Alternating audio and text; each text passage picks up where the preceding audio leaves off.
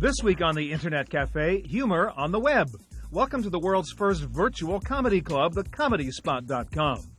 John Arnold used to be a practical joker at school. Now he's making a living running a prankster's website called The Rubber Chicken. If comics and cartoons are your idea of humor, check out the 40K Miracle, real animation on the web. These guys must be Dilbert fans. They make fun of corporate America on a very funny website called The Corporation. And if you like your humor with an edge, we'll show you the web's leading satirical zine at Suck.com. Humor on the web this week at the Internet Cafe. The Internet Cafe is brought to you by Z-Auction, the live online shopping experience. Additional funding from PC Connection and Mac Connection, the catalog and online superstore with PC and Mac products, toll-free technical support, and overnight delivery. And by Windows Magazine, delivering desktop, enterprise, and Internet computing news, reviews, features, and how-tos for a Windows world, because the world runs on Windows. Additional funding from SoftSource Incorporated, publishers of Pro1 software, educational software for young adults. We're talking about humor on the web here, and kind of strange sense of humor, a lot of the stuff that's on the web, don't you think, Andrew? Yeah, I have a roommate that mails me emails of jokes throughout the day. Wait, your roommate has to send you email? Well, you know, there's these email chains that go, well, he's at work, I'm at work. He sends me, you know, I must get 15 of these things a day. And yeah, some of them are funny, but most of them But that's sort of the old-fashioned version of humor on the net. I mean, now you've got real websites that try to be funny like comedy shows. Speaking of comedy shows, yes? I'm going to talk to a gentleman tonight about stand-up comedy on the internet. Really? Like live stand-up comedy? You type it or talk it? Both. Really? Looking forward to that. Talk about a tough audience. Yeah, really. You can't hear the laughter. How do you know whether you're good or not? Sounds kind of strange. We'll I think see. there's a limit to what you can do on the web. I think the nice thing about humor on the web is humor is so personalized. We'll all look at something on the web, and you'll think it's funny, and I won't think it's funny, whatever. And, so it's not, and you'll say, I don't care. It's tasteless. So, Drew, you're the editor-in-chief of Suck.com. Talk to me. What's it all about? Suck.com, it's not a porn site. Thank you. It is a site for adults, for sophisticated, intelligent adults who like to read about what's going on in the world, what's going on in the world of media, and want to see what's happening on the web. So when did you get started with this? We started in 1995, August of 1995, which makes us 2.5 years old. You're ancient in internet years.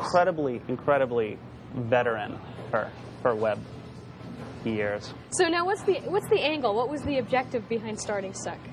Well, the whole goal was to skewer all of the targets that were presenting themselves at that point and doing it completely anonymously, without any bylines, without any photographs of columnists, without anything, so that nobody knew where this thing was coming from, and it was just sort of slapping people down like whack-a-mole. Now what you're doing, the interesting thing about Suck is that it is a daily online column, basically. The daily aspect of it was our suicidal impulse at the time. We thought that nobody would ever remember us if we didn't do it every single day, and if any 2 times they went back to the site, they saw 2 different things. It's always a new experience. The interesting thing, when I went to the website, I was struck by its visual impact. It's really different than most online zines I've ever gone to. Yeah, it's not ugly. So talk to me. Explain what was the rationale behind what you're doing. Well, we thought we'd do away with all of the trappings of the website circa 1995, a big menu, you know, a gigantic image that couldn't even fit on your screen when you first hit it, and instead just axe all that and get right to the content first thing you see. And that's what you've got. Now, you've also used a lot of really good graphics as well. Do you have a cartoonist on staff? That's because it's a staff of 2, me editing, Terry Colin illustrating. And the 2 of us produce everything. I find writers, and he illustrates everything himself. So what are some of the latest articles that you've had? Well, just this week, I mean, we've commented on the death of Chris Farley. You know, we've talked a little bit about Sonny Bono, Michael Kennedy. We talked about the Bond series. Mm-hmm. Turns out that Martin Scorsese's been approached to direct the new Bond film, and Quentin Tarantino has also said that he's interested in directing a Bond film. So we decided, well, we're not going to wait for their films. We'll just write the screenplays ourselves in their voices and put it up online. Do you think I'm going to see this on the big silver screen anytime soon? I think the chances are very slim. You might be right. So what's next for Suck.com? What are you going to be doing? Well, we'll have another column next Monday, and then another Tuesday, and then on all subsequent days. So you mean daily? Daily. I'm with you. Now, there's one thing that's interesting about the site is that you do have different experiences each day. You've got different things going on. There's sort of a loose, fuzzy logic to the way we present our things. We usually have columns up there, but usually you only see them on Mondays and Tuesdays. And on Wednesdays we have a comic strip. On Thursdays we have just one paragraph, hit and runs we call them, about things that are happening online. And on Fridays we have these big bandwidth-choking feature presentations that are usually presented over 10, 20 pages and really take a lot of time. You really have to shirk You work. really have to want to go there for that one. Yeah. And NetMogul, Net.Mogul, what's that all about? NetMoguls was a feature that we finished. It's a completed set of online virtual trading cards celebrating the net's richest moguls. It's for no other reason than the riches. Exactly. That's enough. I have a full understanding. It's a great site. Also, if you don't want to go online, you now have the choice to buy a book. People have a lot of reasons to want to avoid the online world, and this is another one of them. You can get stuck offline now. I love it. For URLs of today's featured websites, check out the Internet Cafe site at cmptv.com. All right, John, we're talking about humorous sites on the web, and you guys have some of the craziest ones, rubberchicken.com, aprilfools.com. What's the idea behind these two sites? Well, they're humorous sites on the web, and again, we looked at April Fools, and again, that particular holiday didn't represent wasn't nicely identified as a traditional holiday. Right. And we you don't get the day off. Right. Well, you don't get the day off. You don't get presents. No, but you can have a lot of fun. You can send the gift of humor on this holiday, and we're trying to sort of incite that a little more. Now, let's talk about some of the things you can do on aprilfools.com. You can send out fake mail, for example. Right. Now, what is that? Fake mail, these are things that physically end up in your mailbox. Real mail. You get a letter in the Absolutely. post office. Real mail, and you can send out official notices like carpool lane violations, nude lawn mowing notices. I mean, there's just a variety you guys of are things. just troublemakers, right? You just create nasty, phony letters and send them out. We do, and I mean, it's something that, it's expanded our business line dramatically, and humorous segment was something that we weren't really focusing on. Now, have you used this yourself to send out fake mail? Yeah, I've done it a number of times. I sent the carpool lane violation to my dad, shocked his Does it world. look like an official notice from the Department of Motor Vehicles? That's right. Yeah. And what else? Let's see, I have sent actually just about every one, but I've sent SAT recalls. I mean, there's been, just a number of things that I've done to family and friends. All right, so you can send out fake mail, real mail, and you can cause a lot of trouble, but not only on April Fool's Day, I assume, right? All right, you got something called a virtual vacation. What's that? Virtual vacation is actually postcards that you fill out online and that actually get postmarked from remote locations. So if you want to lie and cover where you really were, so you can say, hey, I was really in Dallas or whatever. Alcatraz or Australia or a number. So we actually have arrangements with these locations to actually postmark and then drop them in the mail for you. Wow. All right, now another thing you can do is fake news stories. You can actually create a story out there on the web with you in it and it's not true. Right. Well, the headline news is extremely popular. I mean, again, you have to know some personal tidbits about the person that you want to fool. Yeah. So, I mean, say like Bill Gates. Right. I mean, you're Bill Gates' secret mentor, and you put some things in there, and your names show up in and that story gets posted on the web, and people read it, or you tell somebody to go look at it. Well, you tell somebody to go look at it. Right. Hey, I found this. Is this you? And then you'll let them kind of create the R around it on their own. Anybody sue you guys? I mean, people are going to get into trouble with some of this stuff. It's very simple fun. I mean, disclaimers, all over the place. But I mean, again, it's the web is so good at facilitating communication. We want to do something fake humorous. communications, right? Sometimes. So. All right. Now you can also actually put up fake web pages. I understand. Well, we call it our bogus web page section. There's an internet error locator service where somebody gets the feeling that they're going to receive a fortune, and another is the Internet Indecency Committee is contacting you. So, like, you might send me an email saying, hey, you just won $10 million or something. Go identify yourself on this website. That's right. And it's all a scam. It's all fun. It's all fun. Good, clean fun. So, wow. Yeah. All right, now, how is rubberchicken.com different from aprilfools.com? Well, Rubber Chicken is really kind of the more physical side of some of the pranks that we're doing at April You do Fools. physical pranks on the web? That's physical pranks on the web. Like what? Again, this actually has some of more of the humorous greeting cards involved with it. Okay. You can get the same fake mail pieces.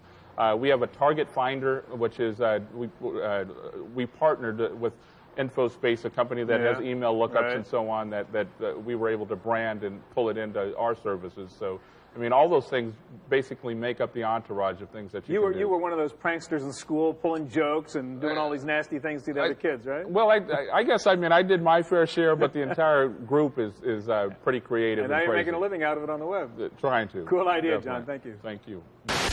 For URLs of today's featured websites, check out the Internet Cafe site at cmptv.com. So Gabriel, you are a web animator, which I take it is somewhat different than a television or a movie animator. It is. Tell me, what are some of the differences?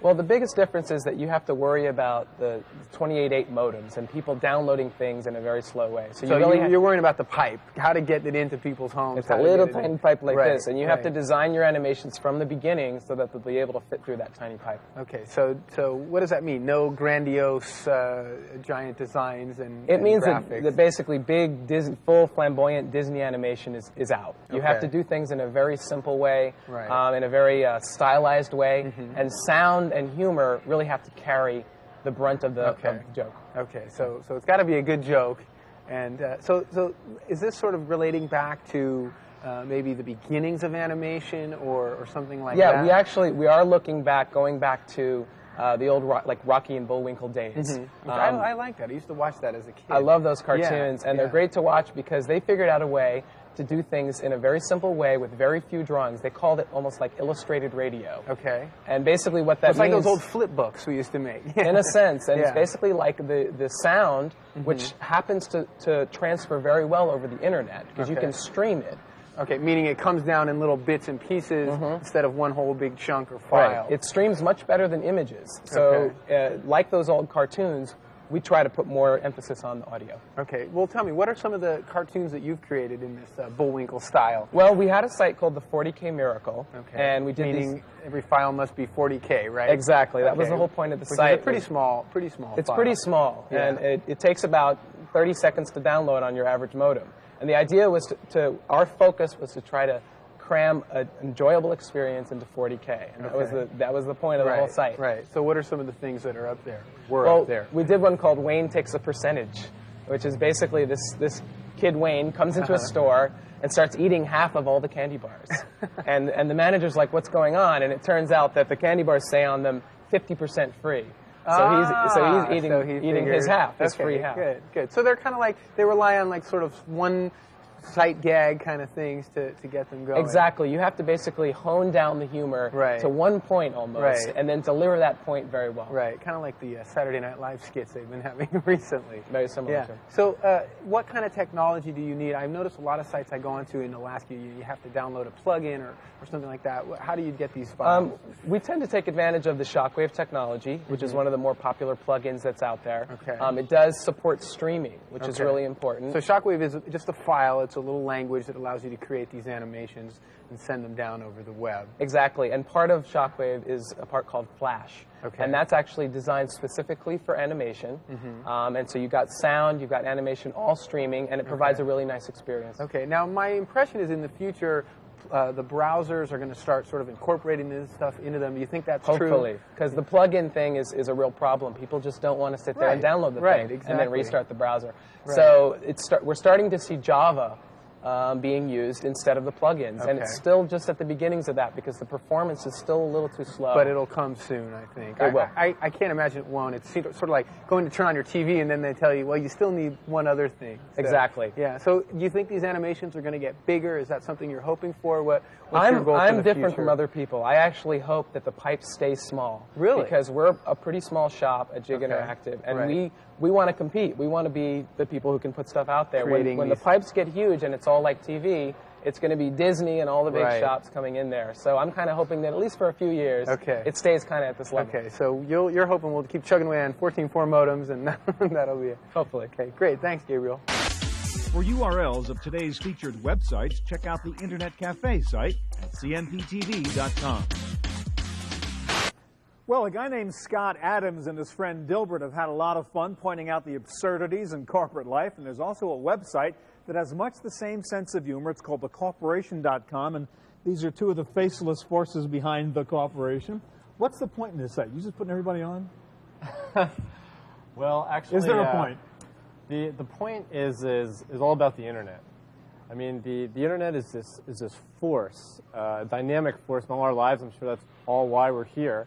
And the corporation is about the evolving of the internet, because a lot of people are afraid of corporations coming into taking over this free taking space. over. Oh, I'm scared. I'm scared the corporations are coming. But actually, corporations are good for us. In just about every way. It's not the feeling I get on your website. Let me ask you about. You've got the icon gallery there, which is basically these fraudulent stamps of approval that I can steal and put on my website. What's the point there? It's more about enriching the lives of the people that are participating in this amazing community of the internet, and about being able to not just the Yahoos or the whoever top 5 sites, those kinds of folks, but so they can sort of encourage each other and encourage themselves with these icons. I mean, Paul Pierce. And just devalue all of these things, then, right? Well, no, yeah, exactly. It's to say, you're not in the top 5%, and that's okay. You can be your own person and take your own reward. And still get one of your stamps of approval. That's right. You can stamp yourself with approval. Now, along those lines, you have phony banner ads you can put up your website, so you feel like you got a real website, right? Yeah, I mean, because not everybody, is being contacted by, by corporations, right. and so what they're doing is preparing the way, because eventually, they will have some sort of ad on their page, right. and this is sort of like just, helping them participate, help them participate in the great things that are happening on the net. Level the playing field, right? Right. Be like the big guys. That's right. What Everybody about. wants to be a corporation. Yeah, I mean, it's just kind of, you just kind of feel left out when you go to a site and there's no banners on it. There's, it's just no ads. Let's talk about some of the important internet issues you guys deal with on your site. You deal with kiddie porn, right? Absolutely. Only Kitty. Is this a big issue? Yes, but not anymore, thanks to us. Yeah. Cats being abused. I mean, naked cats on the web. Yeah. People staring at young cats. Yes, unclothed cats, cats put in lascivious positions. It was quite a problem. But we've gotten a lot of accommodation, a lot of loves come back from the site. We've got cool pet site of the day, and we got a lot of people talking to us and saying thanks for noticing and protecting this abuse on the net. Thanks for helping, because the internet is this big pool. You just put something out, and you never know what's going to come back. Let me ask you about another thing I really like on the corporation, which is the Carpal Tunnel Workshop. What is the point in this thing?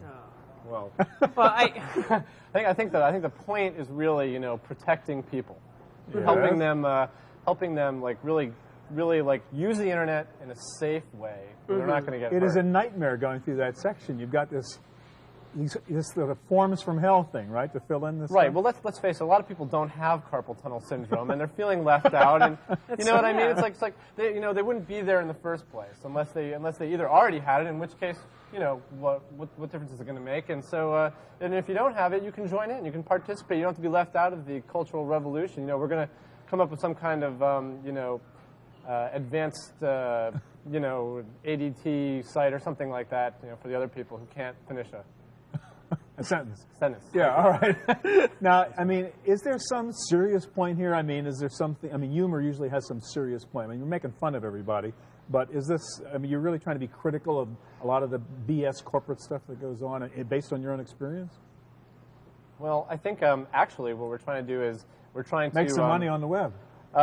No, we're trying to emulate the corporations that are on the web to show that they're not the best and the worst. They're not scary. Like Microsoft. Where do you want to go today? They're asking you. They want to be your destination. And, all right, they're organizing. Thecorporation.com. Thank you, guys. Thank you. For URLs of today's featured websites, check out the Internet Cafe site at cmptv.com. So, Peter, what's the deal? How do you do stand-up comedy on the Internet? Well, we weren't sure if it was really going to work, but we knew we wanted to give it a try because it was a way to give people a shared experience in a chat environment where we like to say it's like if you go into a bar and there's no TV and no pool table, no jukebox, what do? You say, how old are you? What's your sign? Yes. Where are you from? And sort of your typical chat room experience. Yeah, so it gets pretty boring. So we picked what's the best and most popular graphical chat environment, the Palace, to do this experiment. And wanted to give people a way to go into a room together and see a performance. And we got together with some folks down in Santa Monica at a creativity club down there, and the comedians there and from elsewhere helped us pull this thing off, and we were quite pleased with the results, as were the comics and the audience as well. The response was very good. So now, you called this the Comedy Spot. You basically had these comedians who came in, and they were basically in front of a live avatar audience, if you will. So these are graphical representations of people in the chat room. Now, and how did it happen? I mean, typically when I think about a comedy routine, I think about some guy up on stage with, you know, funny gestures and strange ways of talking, and then I hear the audience laughing and people are picking on other people. And how does that experience translate into a chat room? How does that happen? Well, we were actually able to work it all out except the voice. That was a bit of a problem, but because people talk with these little cartoon balloons. But we did have a laugh track where the audience was able to, on their own machine, click in certain areas to laugh and guffaw and chuckle and groan at all the routines, and really give the feel of a real club as the comedians were performing. So what was the experience like for the comedians? I mean, this must be a completely new way of trying to convey your comedy. Yeah, for some of them it was a little difficult because they had to get used to a different type of pacing where they had to give little snippets in these balloons, and people can't read a bunch at a time, so you had to sort of spoon it out to them a little bit at a time. So the timing changed quite a bit. The timing changed depending on their routine, of course. Some comics it worked better than others. We found that the comics that we relied more on text than voice for their routines, more than on the jokes, more than the characters, were the ones who worked best. People like Dan Klass and Dr. Science and Will Durst did very well. So slapstick, you know, running around on the stage obviously isn't going to translate on the internet. And prop humor was a little rough, although you could use props because it is a graphical environment, but it was mostly people who had very good 1-2-liners with little catchphrases on the end. So what's the experience for the audience on the other side? I mean, having these avatars, these graphical representations of yourself, and you're interacting with the comic as they're going through their routine, is that right? So what was the feedback from the audiences that participated? What did they think? Well, they had a really great time, particularly being able to heckle the comic, and they liked it best when the comic had good comebacks for them. Right. Like, you know, someone would say, "Hey, are you a real comic?" He says, "I don't know." Are you a real audience member or whatever it is? So it's or referring to their little avatar, whatever they picked themselves to be, whatever they were wearing at the time. So and people would also be able to talk to each other about the comics performance during the show and after the show as well. And we found people would then hang around the room and hang around the palace and take part in some of the other activities just as a result of stumbling in to see this comic performance. So now at your website, now all these comedy spots are over. They were done last year, but you can go to your website and see some samples of the dialogue? Yeah, see samples of a complete performance with the audience interaction as well, and we've also created recorded performances of all of the comedians that can be seen on demand at the Palace in sort of a comedy jukebox. That's a really exciting concept. It'll be interesting to have a look at it and see how it evolves over time. Great, thanks. All right, well, at the very beginning, you didn't think you would go to find funny stuff on the web, but did you see anything to change your mind? Well, I'm still going to tell my roommate to stop sending me these emails, but... No, why is your roommate sending you emails? Well, Can you just, like, knock on the wall? Hey, it's the web, man. You just shoot them into the next room. You guys are really wired. Yeah, exactly. No, but, you know, the sites that are showing animations, to me, it still is a little bit too retro. They described it as actually radio with pictures. I mean, it's not well, it's video. Narrow bandwidth. I mean, you can't put Seinfeld on the website. I guess I'm too into regular movies and things to be excited about that. But I did like some of the more highbrow humor. Yeah. You know, Suck.com, kind of highbrow. Suck was a highbrow site? Well, it's a little bit intellectual, isn't it? I must say, it does take it's some smart time. Writing, yeah, right? you need to really take some time and read the article, and it's something you digest with a coffee in hand. And really? Yeah. Well, I thought you were kind of down on them at first. No, I probably would have picked a different title, but actually some of the stuff is pretty funny. Some of it's a little off, but to each his or her we've got own. a couple of good jokes, but we're out of time, so you'll have to go to the web to find your humor, as Jane says. If you want any more information about any of the sites you saw, by the way, check out our website at cmptv.com. We'll see you here next week. The Internet Cafe is brought to you by Z-Auction, the live online shopping experience. Additional funding from PC Connection and Mac Connection, the catalog and online superstore with PC and Mac products, toll-free technical support, and overnight delivery. And by Windows Magazine, delivering desktop, enterprise, and internet computing news, reviews, features, and how-tos for a Windows world, because the world runs on Windows. Additional funding from SoftSource Incorporated, publishers of Pro1 software, educational software for young adults. To purchase a videotape copy of today's program, call toll-free 1-888-310-7850. Please specify the show number and the topic.